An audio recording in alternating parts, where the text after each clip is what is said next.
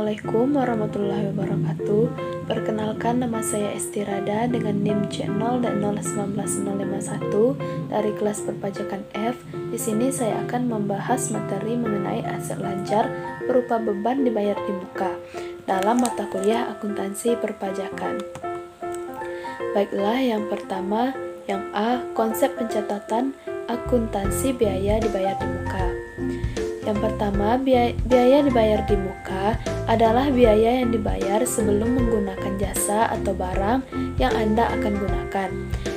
Dikenakan biaya ini ketika membayar sesuatu yang akan diterima dalam waktu dekat. Setiap kali membayar sesuatu sebelum menggunakannya, harus mencatatnya melalui entry biaya dibayar di muka. Untuk akuntansi komersial, pencatatan beban dibayar di muka dapat dilakukan dengan dua pendekatan, yaitu pendekatan harta dan pendekatan beban. Selanjutnya, hal yang dianggap biaya dibayar di muka, yaitu yang pertama sewa, membayar ruang komersial sebelum menggunakannya. Yang kedua, polis asuransi bisnis kecil, peralatan yang Anda gunakan bayar sebelum digunakan. Taksiran pajak dan beban bunga. Selanjutnya, entry jurnal bayar di muka. Buat entry jurnal atau prepared expense dalam pembukuan pada saat pembelian sebelum menggunakan barang atau layanan. Sebelum membuat jurnal ini harus memahami bagaimana setiap akun utama dipengaruhi oleh debit dan kredit. Aset dan biaya meningkat melalui debit dan dikurangi dengan kredit. Di sisi lain, liabilitas, ekuitas, dan pendapatan ditingkatkan oleh kredit dan dikurangi oleh debit. Selanjutnya yang B, pajak PPh pasal 4 ayat 2 dari penyewaan tanah dan bangunan.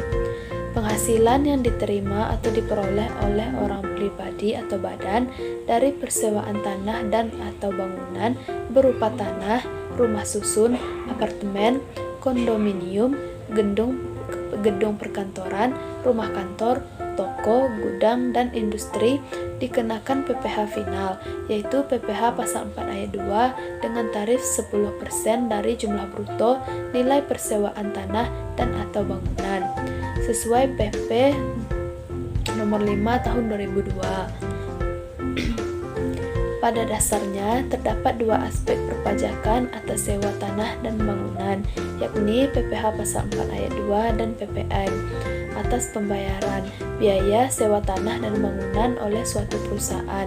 Maka, perusahaan wajib memotong dan menyetorkan PPh pasal 4 ayat 2 sebesar 10% dikalikan dengan seluruh biaya sewa.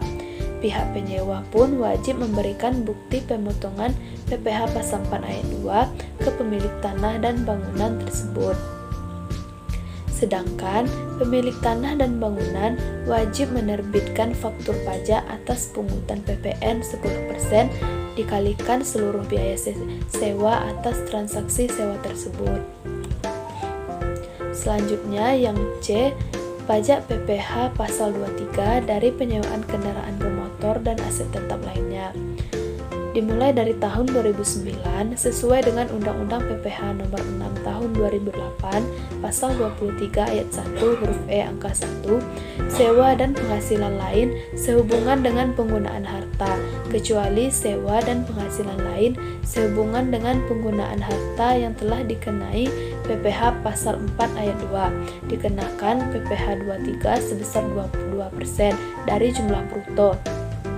Berdasarkan Undang-Undang PPh nomor 36 tahun 2008 pasal 23 ayat 1A, besarnya pungutan dibedakan antara wajib pajak yang ber-NPWP dengan wajib pajak yang tidak ber-NPWP. Tarif wajib pajak yang tidak memiliki NPWP lebih tinggi 100% daripada tarif yang diterapkan terhadap wajib pajak yang dapat menunjukkan NPWP.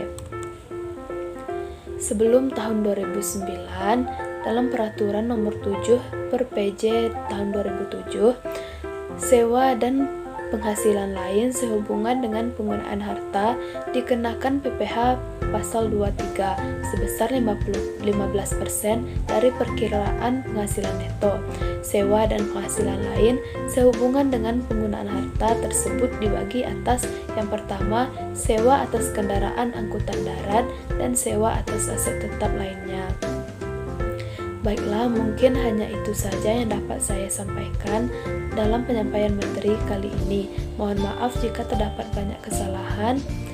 Saya ucapkan terima kasih atas perhatiannya dan saya akhiri dengan wassalamualaikum warahmatullahi wabarakatuh.